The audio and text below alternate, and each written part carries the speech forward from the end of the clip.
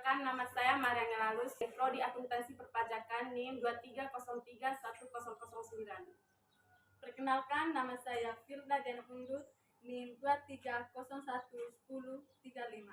Saya dari Prodi D4 Pengelolaan Perhotelan kelas A.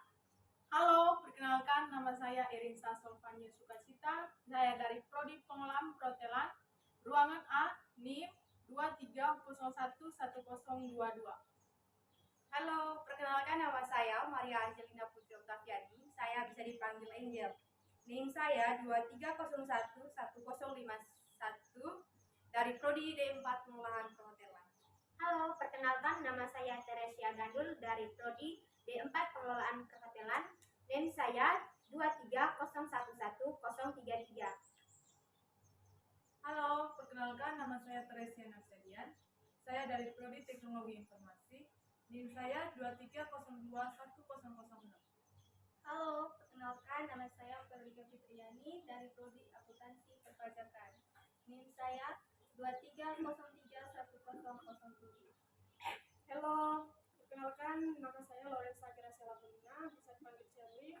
Saya dari Prodi D4 Pengelolaan Perhotelan kelas B. Halo, nama saya Yudhayana Kuning dari Prodi D4 Pengelolaan Perhotelan. NIM saya 230111025. Halo, perkenalkan, nama saya Angelina Minor, bisa dipanggil Jadi. Saya dari jurusan Pengelolaan Perhotelan Ruangan B. NIM saya 230111055. Terima kasih karena sudah mendengarkan perkenalan kami. Waktu dan kesempatan saya berikan kepada teman-teman untuk memaparkan materi kami. Waktu dan kesempatan saya persilahkan. Terima kasih atas kesempatan yang diberikan. Saya akan membaca soal. Nomor 1, jelaskan secara singkat isi dari tiap-tiap video. Dari video pertama tadi, ada seorang pria yang dulunya hidupnya penuh dengan kekelaman. Karena seorang wanita yang dia cintai pergi meninggalkannya, dan wanita itu berpacaran dengan sahabatnya sendiri, dan mulai dari situlah hidupnya hancur, hilang arah, dan dia melampiaskannya kepada wanita lain.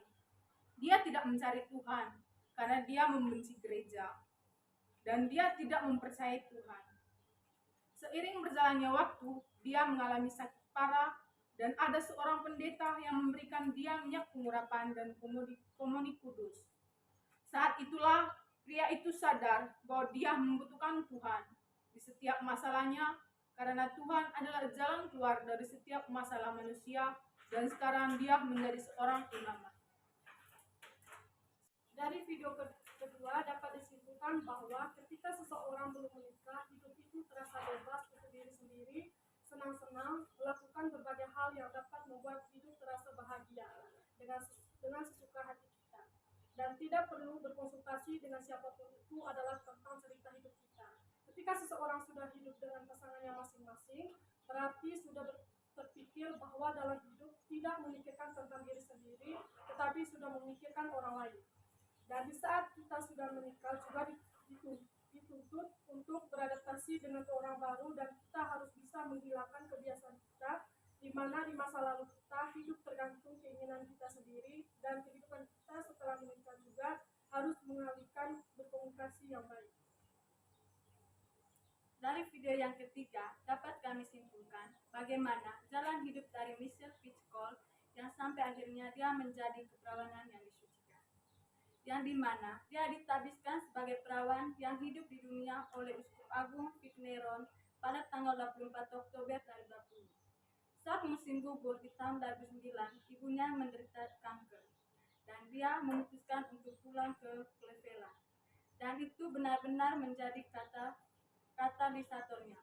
Saat itu, dia memutuskan untuk mendalami panggilannya untuk menjadi biarawati yang selibat hidup bersama Tuhan. Pertanyaan kedua, apa yang Anda rasakan setelah menonton video tersebut? Deskripsikan kesan Anda terhadap setiap video. Dari video pertama, pesannya adalah apapun masalah yang kita hadapi dan alami, hidup dengan Tuhan adalah satu-satunya jalan keluar. Janganlah kita meninggalkan hidup Kristiani demi melampiaskan kepuasan diri kita, walaupun itu bukanlah jalan keluarnya. Dari video kedua kesannya menarik karena di dalam video ini menceritakan tentang sebelum menikah dan sudah menikah. Waktu dia sebelum menikah, dia orangnya bebas dan tidak ada yang melarangnya. Tetapi waktu dia sudah menikah, hidupnya berubah menjadi pribadi yang lebih bagus lagi, seperti menjalinkan hubungannya, berkomunikasi yang baik dengan pasangannya. Dari video yang ketiga, dapat ambil kesan bahwa kami terinspirasi sekali dari Misael karena sedih yang dirasakan kehilangan seorang mengalami sakit. Dia tetap percaya bahwa ibu bersama Tuhan di surga.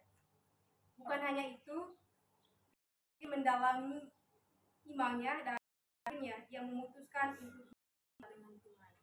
Pertanyaan ketiga, apakah Anda melihat orang-orang dengan panggilan hidup tersebut di sekitar Anda? Ya, karena saya ambil contoh dari video pertama tadi.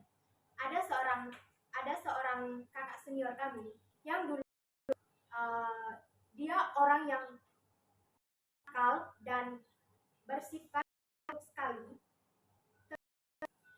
Dia sering keluar malam, sering pacaran yang liar. Sekarang sudah menjadi pengikut Tuhan dan sebentar lagi menjadi Kristen.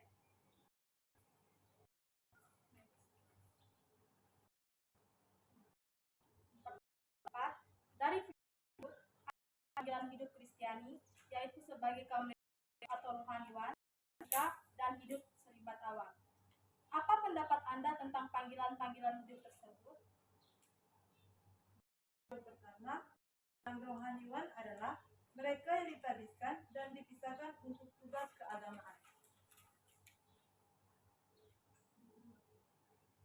Berkait kerohanian, karena dengan mengembangkan kerohanian, kita dapat mengembangkan pendidikan agama kita dan juga meningkatkan ketakwaan kita terhadap kuasa. Dari video yang ketiga, dia panggilan hidup selibat, di mana Dari video yang ketiga, kami bisa memilih pilihan atau religius.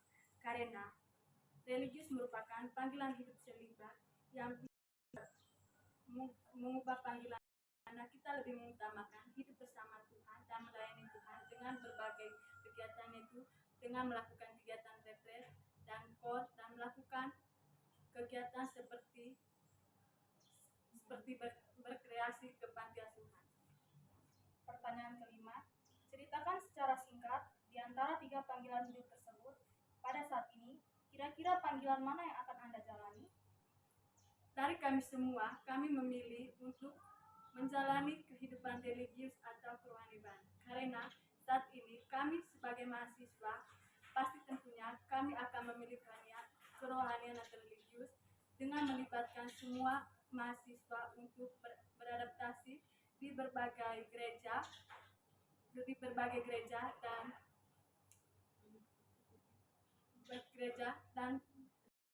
masih banyak kegiatan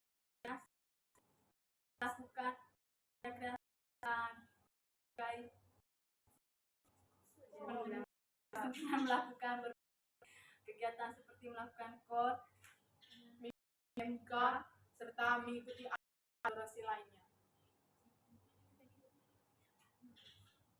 Terima kasih teman-teman.